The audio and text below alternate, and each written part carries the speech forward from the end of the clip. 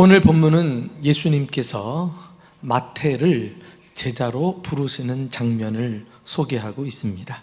그러면 구체적으로 마태는 어떤 사람이었습니까? 그는 세관에 앉아서 세금을 걷는 사람이었습니다.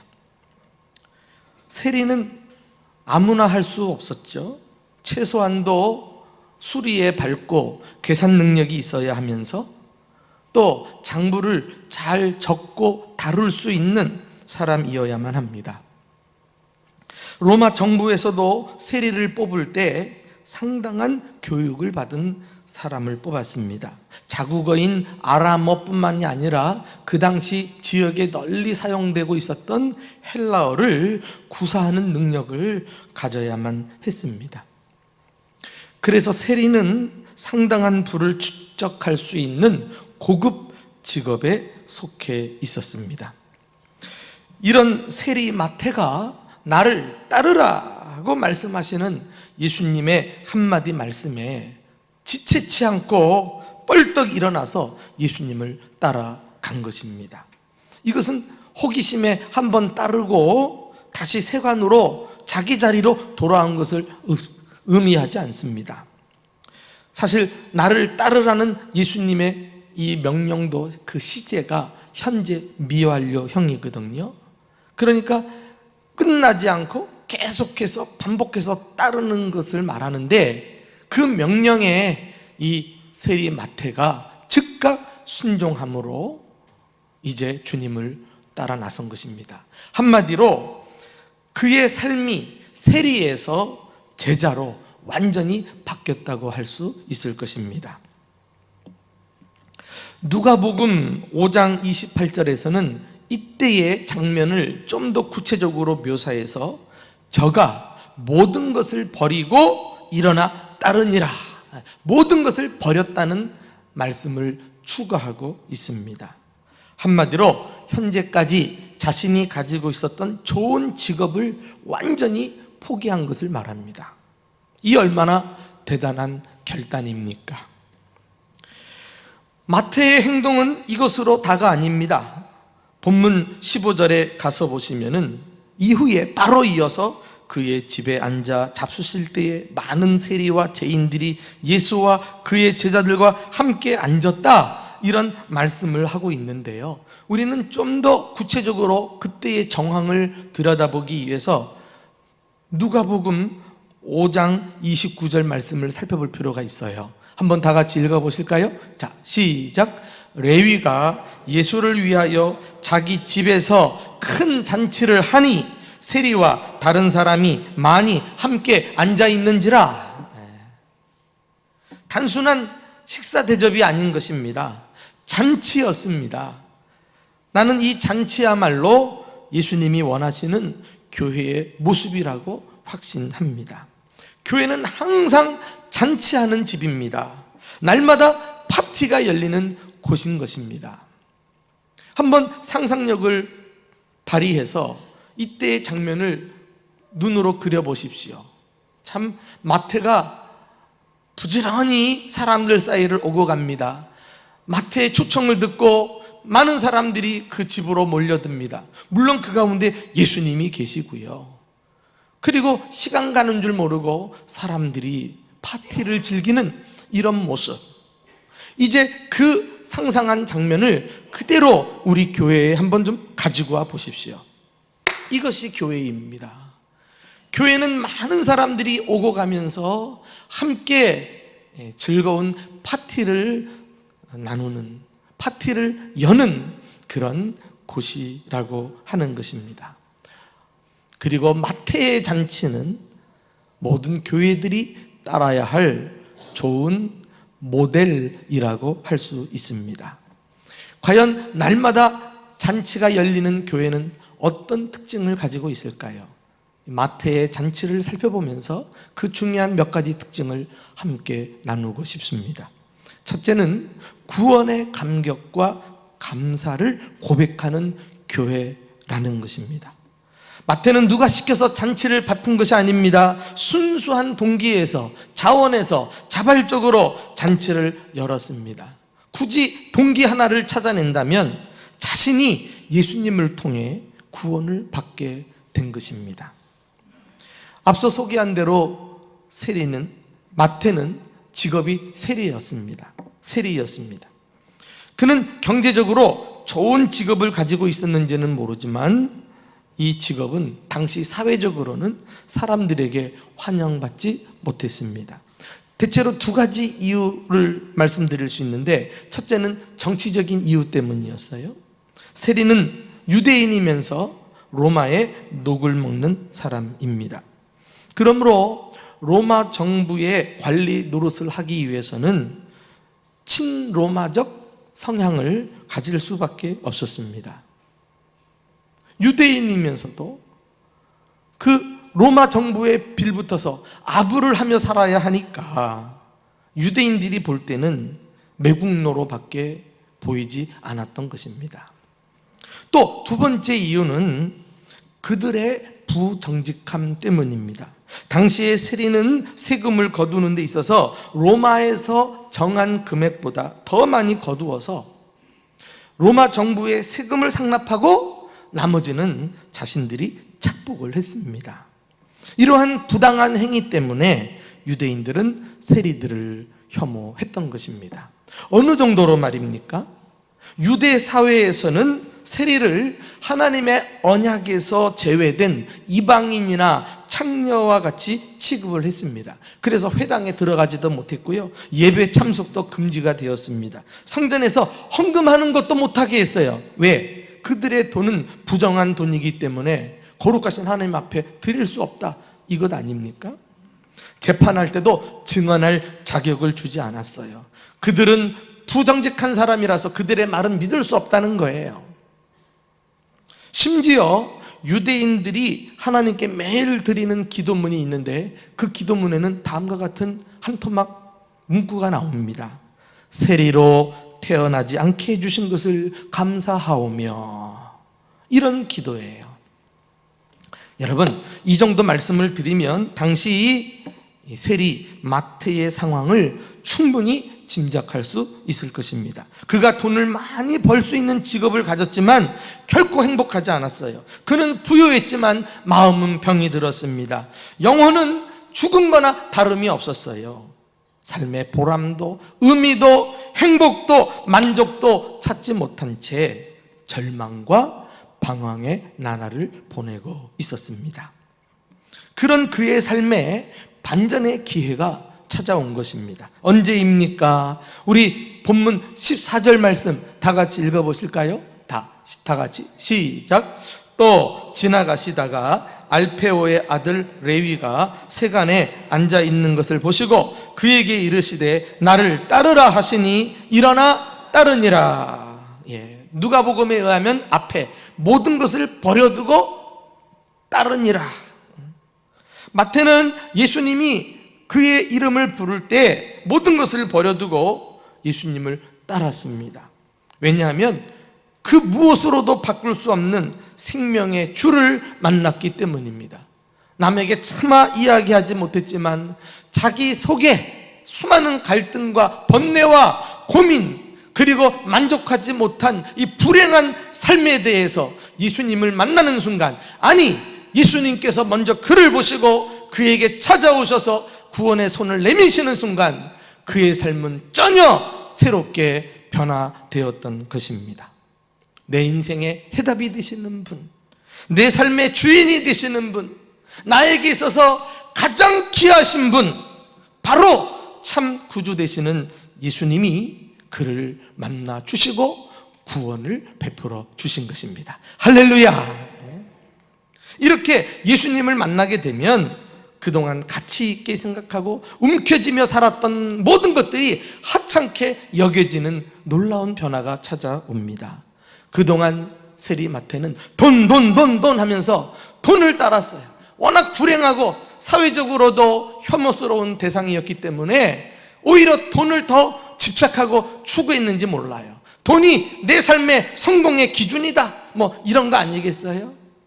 그러나 이 모든 것을 능히 뛰어넘는 진정한 가치인 예수님을 만나는 순간 그는 지금까지 고단했던 삶의 짐을 다 내려놓을 수 있었어요. 움켜쥐었던 참된 가치도 아닌 것들을 기꺼이 포기할 수 있었던 것입니다.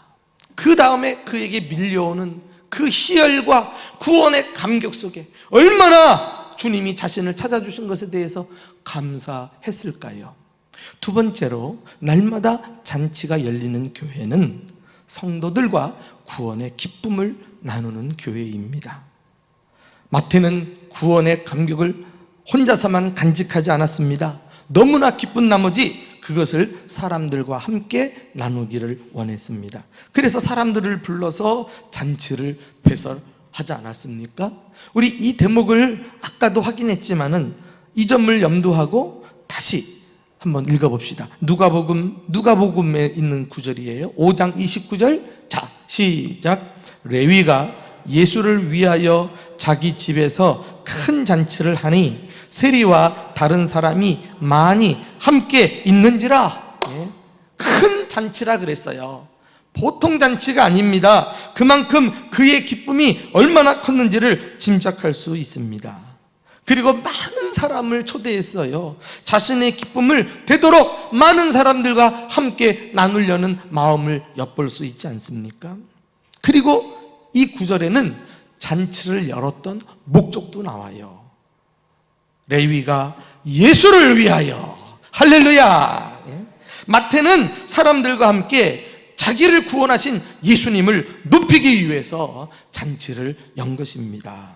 알고 보니 이 잔치의 주인공은 마태 자신이 아니라 마태를 구원하신 예수님이었던 것입니다.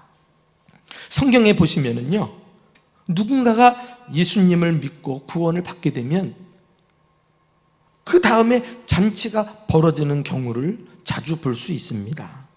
삭개오 기억하시죠? 삭개오도 직업이 세리였어요. 그런데 일반 세리가 아니라 마태보다 더 높은 세리장이라고 성경에 기록되고 있습니다. 세리의 리더들이죠. 리더라는 것이죠. 그런데 삭개오에게 역시 예수님이 먼저 찾아오셔가지고 그의 이름을 불러주시지 않습니까? 삭개오야, 오늘 너의 집에 내가 유하여야 하겠다. 예수님께서 그의 이름을 부르자 즉각 삭개오는 반응을 보입니다. 그리고 자기 집에 모시고 음식을 대접했어요. 이 유한다는 말은요, 먹고 자는 것을 말합니다. 함께 잠깐 머물다 가는 게 아니에요. 그러니까 이 삭개오는 예수님을 위해서 숙식을 제공하고 주님과 되도록 오랫동안 함께 있고 싶어 했던 것을 알 수 있습니다. 그리고 예수님과 함께 유하면서 자기 집에서 위대한 결단을 내려요. 뭐라고 말합니까? 예수님, 재산의 절반을 가난한 사람들에게 주겠으며 혹이라도 남에게 빼앗은 것이 있으면 4배로 갚겠나이다. 이 고백은 삭개오가 예수님을 만나 구원받은 것을 말해요. 구원받았을 때 그의 삶이 이전과 이후가 완전히 달라진 것을 말합니다. 마태가 그랬던 것처럼 말이죠. 이렇게 구원받은 사람은 그 주체할 수 없는 기쁨을 어떻게든지 나누기 위해서 잔치를 벌리는 특성이 있습니다. 여러분, 빌립보 감옥의 간수장이 여러분 아시죠? 그도 사도 바울을 통해서 어느 날 밤 예수님을 믿고 너무나 기쁜 나머지 자기 집으로 사람들을 데려다가 밤새도록 잔치를 하지 않았습니까? 정말 그럴까요? 우리 한번 사도행전 16장 34절 말씀 다 같이 한번 읽어봅시다. 다 같이 시작. 그를 데리고 자기 집에 올라가서 음식을 차려주고 그와 온 집안이 예수님을 믿음으로 크게 기뻐하니라. 할렐루야. 한밤중에 되어진 일이라니까 참 기쁨을 나누는 데 있어서 시간이 문제가 아니에요. 그때 우리 예수님께서 임재에 계시면서 얼마나 흐뭇해 하셨을까요? 또 함께하는 사람들은 이 기쁨이 서로에게 전달되면서 다 같이 얼마나 기뻐했겠느냐 말이에요. 우리 교회는 예수님만을 높이는 공동체를 넘어서서 그 예수님을 모시고 구원받은 자들이 함께 모여서 구원의 기쁨을 만끽하고 구원의 기쁨을 나누고, 그래서 우리 가운데 어떤 사람이라도 들어오면 삶이 살아나고 용기를 얻고 또 능력이 충만해져서 삶의 현장으로 돌아가서 승승장구하는 그런 삶을 살게 되기를 예수님의 이름으로 축원합니다. 교회는 기쁨을 나누는 공동체, 천국의 기쁨을 미리 맛보는 잔치집이라니까. 이 사실을 안다면 여러분, 우리가 교회당에 오면서요, 현관에 들어서서 먼지를 떨듯이 내 얼굴 표정 그리고 말씨도 다 여러분들이 점검하고 들어오셔야 돼요. 그냥 세상에 그 힘든 짐 짊어지고 그리고 잔뜩 인상을 찌푸리고 그리고 들어와서 입이 이만큼 나와가지고 나 이런 사람이다, 나 건들기만 해봐, 나 가만히 있나, 이렇게 자기를 은근히 드러내는 사람이 있어요. 그것은 교회가 뭔지 모르는 사람이에요. 교회 흥을 깨는 사람이에요. 그런 모진 고난 속에 살고 왔더라도 잔치집에 들어왔으니까 얼굴을 화사하게 바꾸고 말도 부드럽게 행동도 친절하게 이곳에 쑥 몸을 담아서 함께 천국의 기쁨을 누릴 수 있기를 예수님의 이름으로 축원합니다. 그러면 영향을 서로 주고받으면서 정말 기쁨이 배가 되고 삶이 변하고 마음이 바뀌어서 세상으로 나가 승리하게 되는 것입니다. 꼭 기억하시고 우리가 정말 함께 구원받은 자로서 기쁨을 나누는 예수 공동체, 그리고 기쁨의 축제가 날마다 계속되는 우리 교회 될 수 있기를 예수님의 이름으로 축원합니다. 마지막 세 번째로, 날마다 잔치가 열리는 교회는 이웃에게 구주 예수님을 전하는 교회입니다. 마태는 잔치를 통해서 새 생명을 얻은 기쁨을 사람들과 나누었을 뿐만 아니라 예수님을 증거하는 기회로 삼았습니다. 마태도 다른 제자들과 마찬가지로 예수님을 믿고 구원받고 보니까 혼자 믿는 것으로는 견딜 수 없었던 것 같습니다. 그래서 안드레가 먼저 믿고 베드로를 전도한 것처럼, 빌립이 먼저 믿고 나다나엘을 예수님께로 이끈 것처럼, 마태도 자기 친구 세리들을 많이 불러다가 잔치를 벌이고 예수님을 소개하는 중매장의 역할을 했습니다. 이 잔치에서 예수님은 오고 오는 세대의 모든 사람들이 들어야 할 위대한 복음을 선포하셨죠. 그 내용이 무엇입니까? 바로 오늘 마지막 절에 나와요. 17절 말씀 다 같이 읽어보실까요? 17절 시작.